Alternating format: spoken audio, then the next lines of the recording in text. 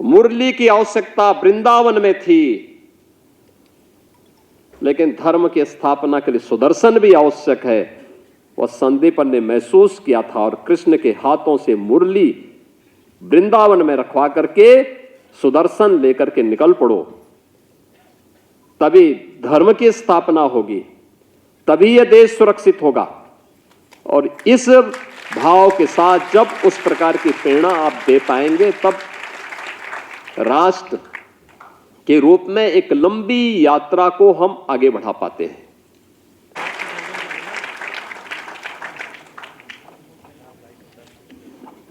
मेधावी छात्र सम्मान समारोह में लखनऊ में आयोजित आज के इस मुख्य समारोह में उत्तर प्रदेश माध्यमिक शिक्षा बोर्ड, केंद्रीय माध्यमिक शिक्षा बोर्ड और आईसीएसई बोर्ड के साथ ही उत्तर प्रदेश संस्कृत माध्यमिक बोर्ड के इन मेधावी छात्रों के सम्मान के लिए आयोजित समारोह में प्रदेश सरकार की ओर से देश की युवा ऊर्जा के प्रतीक, देश के भावी भविष्य के निर्माता, इन सभी मेधावी छात्र छात्राओं के साथ ही उनके अभिभावकों, प्रधानाचार्यों का हृदय से इस समारोह में स्वागत करता हूं। लखनऊ समेत प्रदेश के अंदर सभी 75 जनपदों में आयोजित इस सम्मान समारोह में भागीदार बन रहे सभी छात्र छात्राओं को आज के इस सम्मान के लिए मैं हृदय से बधाई देता हूं और उनके उज्जवल में भविष्य के प्रति अपनी मंगल कामनाएं भी व्यक्त करता हूं। जैसा कि यहां पे पहले भी बताया गया कि आज का इस सम्मान समारोह, यहां पर मुख्य समारोह में 223 छात्र छात्राओं को, जिन्होंने प्रदेश की टॉप 10 की सूची में अपना स्थान बनाया है, विभिन्न बोर्डों के उत्तर प्रदेश माध्यमिक शिक्षा परिषद से जुड़े हुए हैं, केंद्रीय माध्यमिक शिक्षा परिषद से जुड़े हुए हैं, उत्तर प्रदेश माध्यमिक संस्कृत शिक्षा परिषद से जुड़े हुए हैं और council for the Indian school certificate examination से जुड़े हुए हैं। इन बोर्डों के जो टॉप 10 हैं, उन्हें यहां पर आज सम्मान किया जा रहा है। इसके साथ ही जनपद स्तर पर जो टॉप 10 छात्र हैं, उन्हें 75 के 75 जनपदों में आयोजित होने वाले समारोह में उनकी संख्या वहां पर 1459 है। उन्हें वहां पर सम्मानित आज यहां पर इस इन समारोह के माध्यम से करने का कार्य किया जा रहा है।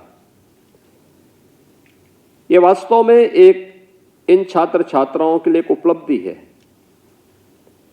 और आगे बढ़ने के लिए एक महत्वपूर्ण जीवन का पड़ाव भी। यह समारोह इस बात का प्रतीक है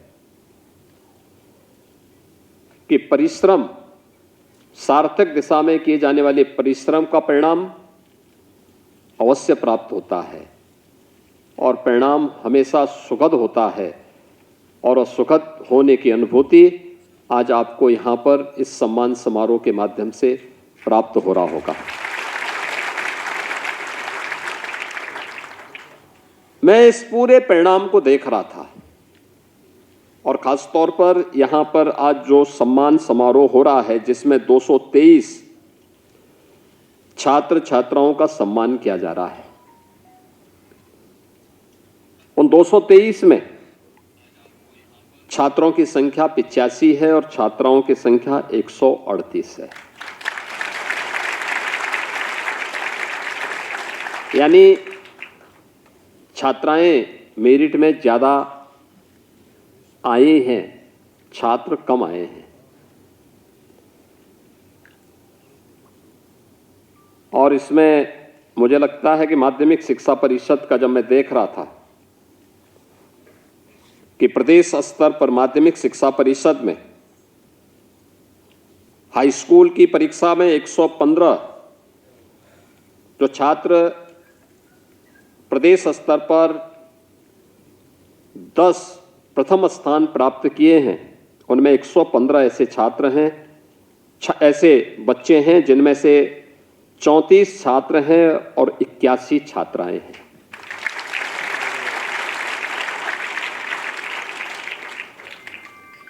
इंटरमीडिएट में जो टॉप 10 की सूची है प्रदेश स्तर की, उनमें छात्र 9 हैं और छात्राएं 14 हैं। और अगर दोनों को मिलाकर के देखेंगे तो टॉप 10 में माध्यमिक शिक्षा परिषद के प्रदेश स्तर पे छात्रों की संख्या 43 और छात्राओं की 95 है। यानी ये संख्या बताती है कि छात्राएं ज़्यादा मेहनत कर लेती हैं और ज़्यादा मेहनत करके अच्छा अंक प्राप्त करने की सामर्थ्य रखती हैं। हम लोग जबकि ये मानते थे कि छात्राएं घर में अपनी माता के भी हाथ में सहयोग करती हैं, अन्य प्रकार का सहयोग करती हैं, लगता है कि अब परिवर्तन आ गया है कि छात्र घर में झाड़ू पोंछा ज़्यादा लगाने लग गए हैं।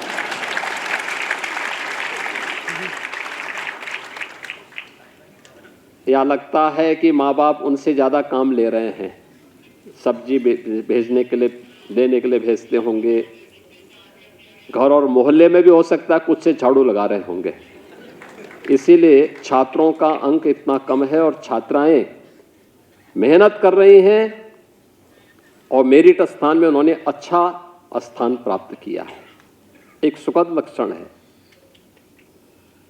लेकिन छात्रों के लिए भी एक प्रेरणा भी होनी चाहिए कि छात्राएं घर में परिवार का सहयोग करते हुए भी अच्छा अंक प्राप्त कर ले रही हैं, मेरिट में ज्यादा स्थान प्राप्त कर रही हैं। तो छात्र कम से कम उनका ही अनुसरण कर लें। और मेरा मानना है कि बेटी पढ़ेगी तो आगे बढ़ेगी और देश और समाज को भी आगे बढ़ाएगी। यह इस रिजल्ट के माध्यम से एक संदेश बहुत स्पष्ट आगे हम सबके सामने है।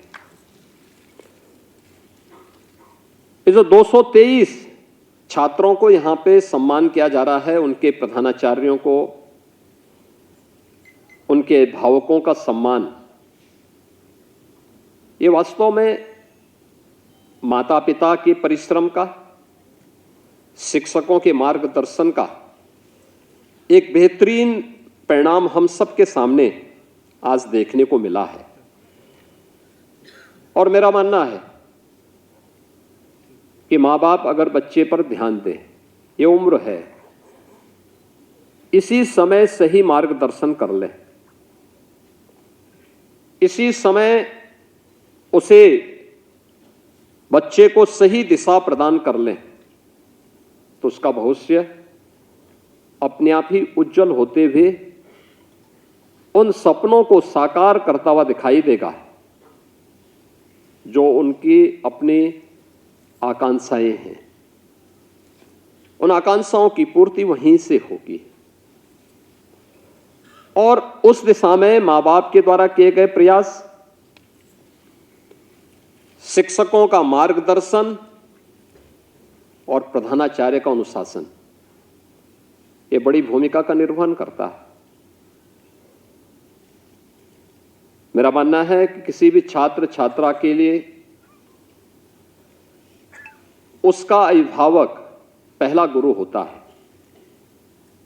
आज हो क्या रहा है, हम लोग अक्सर देखते हैं कि बच्चा रो रहा है तो माता पिता उसको संतुष्ट करने के लिए अपना स्मार्टफोन उसके सामने दे देते हैं। आप देखिए 2 साल का बच्चा, 3 साल का बच्चा रो रहा है, कुछ देर रोने दीजिए, उसको दूसरे ऐसे कार्यों के साथ जोड़िए जो उसका रचनात्मक विकास कर सके।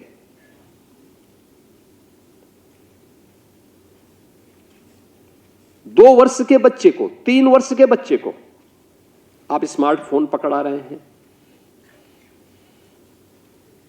वीडियो गेम के साथ जोड़ रहे हैं। परिणाम क्या होता है? उसके घातक परिणाम भी हम सबके सामने देखने को मिल रहे हैं और हम सबको ये बातें याद रखना होगा। देखिए कितनी समृद्ध परंपरा रही है हमारे यहां, ज्ञान की परंपरा को हमने, विद्या को केवल अक्षर ज्ञान तक सीमित नहीं रखा है, विद्या को हमने बहुत विस्तृत रूप से उसको माना है। सा विद्याया विमुक्ति, जो हमारे जीवन में हर प्रकार से, यानी हर प्रकार से हमारे जीवन में मुक्ति का मार्ग प्रशस्त कर सके, उन चुनौतियों से जूझने के लिए हमें प्रेरणा प्रदान कर सके जो समाज और राष्ट्र के सामने आ खड़ी हुई है या आती हुई दिखाई देती है। प्लानवादी रुख नहीं,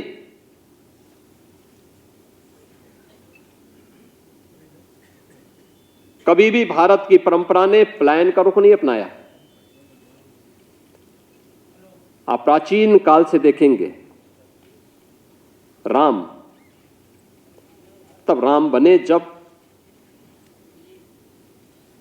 गुरु वशिष्ठ हैं। राम के पास दिव्य अस्त्र तब आए जब गुरु विश्वामित्र हैं। राम को मर्यादा के एक आदर्श के रूप में प्रस्तुत करना है तब जब गुरु के रूप में महर्षि वाल्मीकि हैं।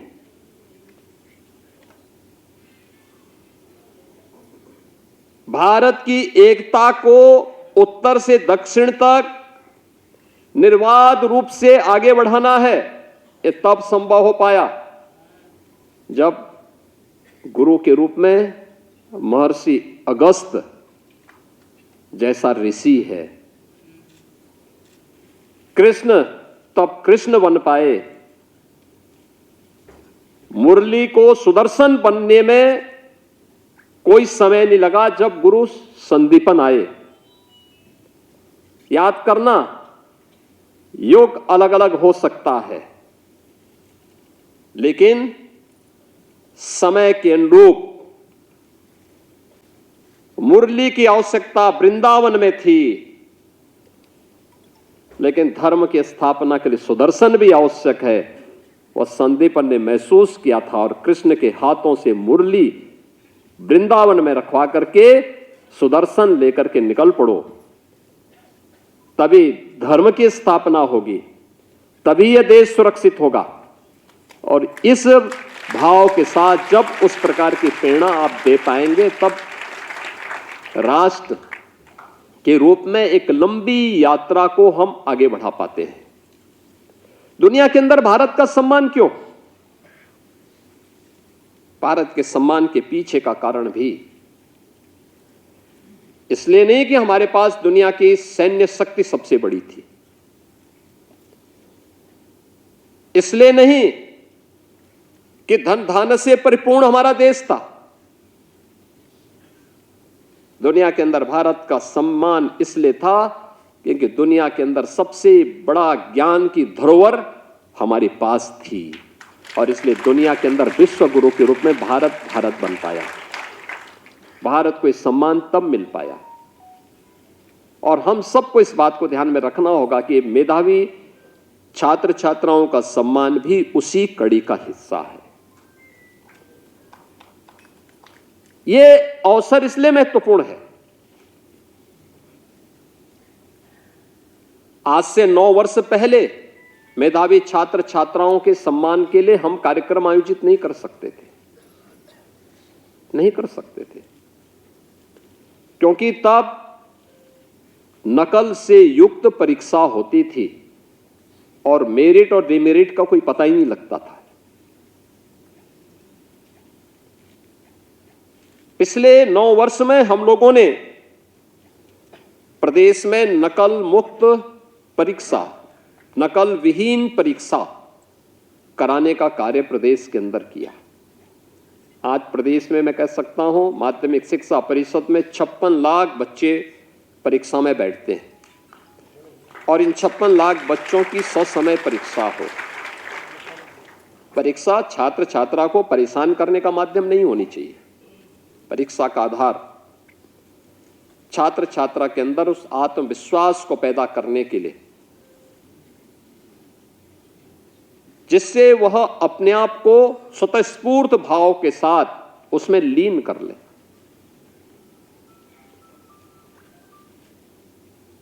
उसका पसीना छुड़ाने के लिए प्रश्न पत्र नहीं बनना चाहिए। वह परीक्षक उत्तम कोटि का नहीं माना जाता है जो छात्र छात्राओं को परेशान करने की नियत से अत्यंत जटिल प्रश्न करता है। और ऐसे परीक्षकों की स्थिति क्या होती है, उनको स्वयं नहीं पता होता कि इसका उत्तर क्या है। हम तो देखते हैं, मैं बहुत सारे कंपटीशन के उसको अक्सर मैं देखता हूं कि भाई आखिर बताओ तुमने ऐसा कठिन प्रश्न क्यों बनाया। प्रश्न ऐसा हो जो छात्र थोड़ा सा भी अपने दिमाग के बहिर्मुखी वृत्ति को एक करके आगे बढ़ा सके तो आसानी से उसको हल करके प्रस्तुत कर दे। एक आसान सा तरीका होना चाहिए, एक स्वतःस्फूर्त भाव के साथ चलने वाली प्रक्रिया का हिस्सा होना चाहिए। हम उसको हतोत्साहित न करें। परीक्षा उसके प्रोत्साहन का माध्यम बनना चाहिए। 9 वर्ष पहले यही होता था, सबको पता था परीक्षा में नकल होनी है तो शिक्षकों की भर्ती भी नहीं करते थे। विद्यालय भी वैसी उसी स्थिति में थे, अभिभावक भी उसी प्रकार से देखते थे, छात्र भी उसी प्रकार से फिर ये मान के चलते थे कि भाई जब अंत में ठेका होना ही होना है तो हम भी मेहनत क्यों करें। ये सब चलता था। और मैंने तो देखा है 17 में कहां के छात्र हैं, पता लगा कि वो पंजाब से, जम्मू कश्मीर के छात्र प्रदेश के पूर्वी उत्तर प्रदेश के कुछ जनपदों में परीक्षा देते हुए, नाम उनका लेकिन परीक्षा कोई और देता था। और अब मैं कह सकता हूं कि उत्तर प्रदेश के अंदर ऐसा नहीं है। अब छात्र ही अपनी परीक्षा देगा। विद्यालय में शिक्षक भी हैं, शिक्षक ही पढ़ाएगा। अगर शासन से वह मानदेय ले रहा है तो वही शिक्षक पढ़ाएगा, उसके स्थान पर कोई प्रॉक्सी टीचर नहीं पढ़ाएगा। यह भी व्यवस्था सुनिश्चित की गई है। अनेक अभिनव प्रयास किए गए हैं और प्रयोग भी किए गए, नवाचार माध्यमिक शिक्षा के स्तर पर। और नकल विहीन परीक्षा के साथ साथ आज जब समय पे परीक्षा होती है, समय पे परिणाम आते हैं, आप सोचो ना 56 लाख बच्चों की परीक्षा। और ये परीक्षा अब 3 महीने नहीं, 14 से 15 दिन के अंदर, अगले 14 से 15 दिन के अंदर परिणाम भी आना है। और परिणाम भी आने के साथ उन छात्रों को उनकी मार्कशीट समय पे मिल जाए, वे छात्र अपने आगे की तैयारी के लिए अपनी व्यवस्था कर सके। ये सभी कार्यक्रम तो हो ही रहे हैं, लेकिन साथ साथ अब माध्यमिक शिक्षा परिषद के विद्यालय वे दर्शनीय हो गए, देखने लायक हो गए। गवर्नमेंट इंटर कॉलेजेज हों, गवर्नमेंट बालिका इंटर कॉलेजेज हों, या फिर प्रबंधकीय व्यवस्था में सहायता प्राप्त विद्यालय हों, इंटर कॉलेजेज हों, इन सभी के साथ संस्कृत परिषद से जुड़े हुए जो माध्यमिक शिक्षा के विद्यालय हैं, जिनमें पूर्व मध्यमा, उत्तर द्वितीय वर्ष और उत्तर मध्यमा से जुड़े हुए छात्रों को या शास्त्री और आचार्य से जुड़े हुए छात्रों को संस्कृत का अध्ययन करने का अवसर प्राप्त होता है। इन सब के लिए सरकार ने अनुदान की व्यवस्था की। आपने देखा होगा अभी जो वीडियो आपके सामने दिखाया गया, प्रोजेक्ट अलंकार के तहत प्रदेश के अंदर 1500 करोड़ रुपए से अधिक की धनराशि हमने केवल इन विद्यालयों के पुनरुद्धार के लिए उपलब्ध करवाई। सीएसआर से भी पैसा लगा, जनप्रतिनिधियों ने भी पैसा लगाया। आज अच्छे क्लासरूम बन गए हैं, बालक बालिकाओं के लिए टॉयलेट और पेयजल की व्यवस्था हो गई है। वहां पर आज उत्तम व्यवस्था हर प्रकार से देखने को मिल रही है। ये सुविधा देने के साथ ही भारत सरकार ने भी अनेक सुविधाओं से युक्त उन संस्थानों को करने के लिए प्रधानमंत्री जी ने देश के अंदर छात्र छात्राओं को तकनीकी दृष्टि से सक्षम बनाने के लिए अनेक अभियान प्रारंभ करवाए हैं। अटल टिंकरिंग लैब भी उसी का एक उदाहरण है। डिजिटल लाइब्रेरी बन रही है, ये उसी क्रम का हिस्सा है। अनेक ऐसे कदम उठाए गए हैं जो छात्र छात्राओं को उन नवाचारों के साथ जुड़ने के लिए, जो उसकी शिक्षा के लिए आवश्यक है, एक स्वस्थ प्रतिस्पर्धा के लिए आवश्यक है, उस दिशा में आगे बढ़ाने के लिए एक महत्वपूर्ण कदम है। और आज उसी का परिणाम है कि हमें उत्तर प्रदेश के अंदर माध्यमिक शिक्षा परिषद को भी एक प्रतिस्पर्धा के लिए तैयार करने का कार्यक्रम आगे बढ़ाया जा रहा है।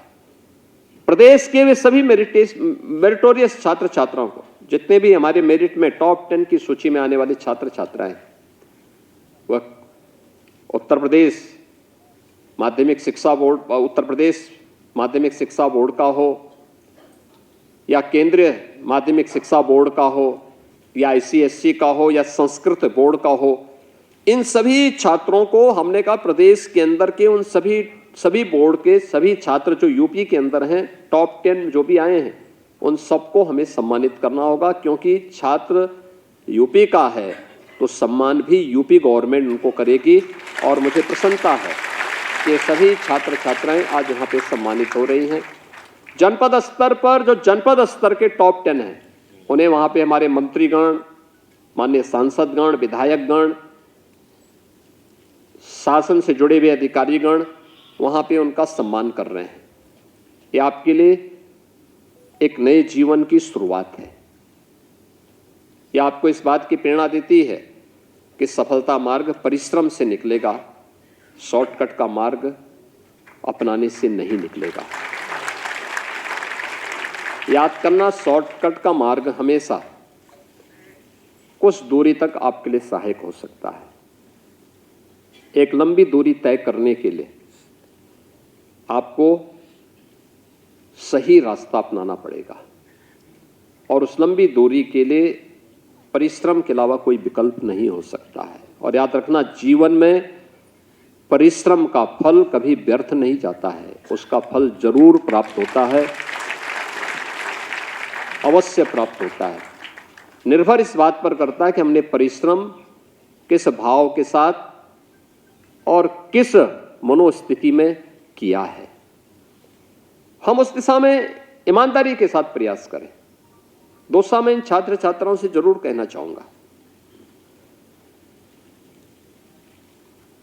आप अपने अभिभावक पर अनावश्यक दबाव मत डालिए स्मार्टफोन के लिए। स्मार्टफोन उसके लिए बहुत अच्छा होगा कि आपको अगर बहुत कुछ करना है, आपको कुछ, हम लोगों ने टैबलेट उपलब्ध करवाया है। डिजिटल लाइब्रेरी के साथ आप जुड़िए, अपने पाठ्यक्रम के साथ जुड़िए, समाचार पत्रों का अध्ययन जरूर करिए। टेलीविजन में देखना है तो न्यूज देखिए, बाकी अन्य चीजों को मत देखिए। सोशल मीडिया में न्यूनतम समय लगाइए, बहुत हो 10 मिनट, 15 मिनट, आधा घंटा, इससे ज्यादा कतई मत लगाइए। आप जब उसमें घुसेंगे उलझते जाएंगे, उलझते जाएंगे, उलझते जाएंगे, पूरा समय व्यर्थ हो चला जाएगा और रिजल्ट जीरो आएगा, यानी उसका रिजल्ट ही जीरो है। ज्यादातर कंटेंट झूठे होते हैं, अफवाह होती है, बहुत कम सही तथ्य रह पाते हैं। तो जिसका अस्तित्व ही नहीं, उसके पीछे भागने का मतलब क्या? और किसी को नहीं पता कि किसी को इसकी आवश्यकता नहीं कि भाई आप किसी कंपटीशन में गए, किसी इंटरव्यू का पार्ट बनने जा रहे हैं, कोई नहीं पूछेगा कि आपके कितने फॉलोवर्स हैं, कोई नहीं पूछने वाला है। याद रखना, उस समय आपका प्रेजेंटेशन ही आपका चयन का आधार बनेगा। उस समय कोई नहीं पूछने वाला है। समाज के बारे में जानकारी रखिए, देश के बारे में जानकारी रखिए, दुनिया के बारे में जानकारी रखिए, व्यवहारिक जानकारी से अपने आप को उत्प्रोत करिए। अपनी परंपरा, अपनी संस्कृति, अपनी विरासत, अपना देश और अपने आसपास के परिवेश के बारे में भी सूक्ष्म जानकारी अपने पास रखनी चाहिए। हम लोग जब आपके पास आते हैं इस प्रकार के कार्यक्रम करने के लिए, तो इन छात्र छात्राओं का पूरा ब्यौरा पहले मांगते हैं। जो भी 223 छात्र मेरे पास सामने आ रहे हैं, उन सभी का ब्यौरा मेरे पास आता है। ये छात्र कहाँ के रहने वाले हैं, कौन है, इनकी पारिवारिक पृष्ठभूमि क्या है, इनके माता पिता क्या करते हैं, इनके शिक्षक कहाँ हैं, पूरा ब्यौरा हम लोग उनका लेते हैं। आप भी तो कर सकते हैं। किसी कार्यक्रम में जा रहे हैं, पूरी जानकारी आप उनका भी बारे में ले लीजिए। कार्यक्रम का उद्देश्य क्या है, लखनऊ हम जा रहे हैं, कितनी दूरी पे लखनऊ है, लखनऊ के बारे में जानकारी ले लीजिए। अपने जनपद के बारे में जानकारी ले लीजिए। अन्य रचनात्मक कार्यक्रमों के साथ जुड़ेंगे तो यह उपयोगी होगा। दूसरा, अपने आप में आत्मविश्वास आवश्यक है, लेकिन यह मान करके चलना कि मैं ही सच हूं, मैं ही सही हूं, बाकी गलत है, इस भ्रम में भी कभी नहीं रहना, कभी नहीं रहना। याद रखना कि व्यक्ति फेल कब होता है, असफल होता कब है, जब वह अति आत्मविश्वास में भर करके चलता है और छोटी छोटी बातों को नजरअंदाज करता है। ये छोटी बातें उसके लिए बाद में बैरियर बन जाती है, ऐन वक्त पर उसको धोखा दे देती है। इसलिए हर एक छोटी से छोटी बात को भी ध्यान रखना, कोई पाठ्यक्रम का हो, जीवन का हो, इनको ध्यान में रखने की आवश्यकता है। इसको अगर आपने ध्यान में रखा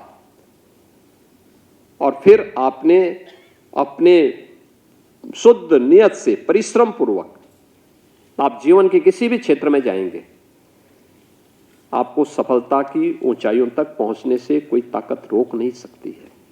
अनवरत रूप से आप आगे बढ़ते जाएंगे और उस दिशा में सार्थक प्रयास आपका प्रारंभ होना चाहिए। और ये उम्र सबसे अच्छी उम्र है जब आप अपने जीवन के गोल को तैयार कर सकते हैं। क्या आपका लक्ष्य है, अभी से तैयारी करना। जीवन एक विस्तृत क्षेत्र है। आवश्यक नहीं कि हर व्यक्ति प्रशासनिक अधिकारी ही बने,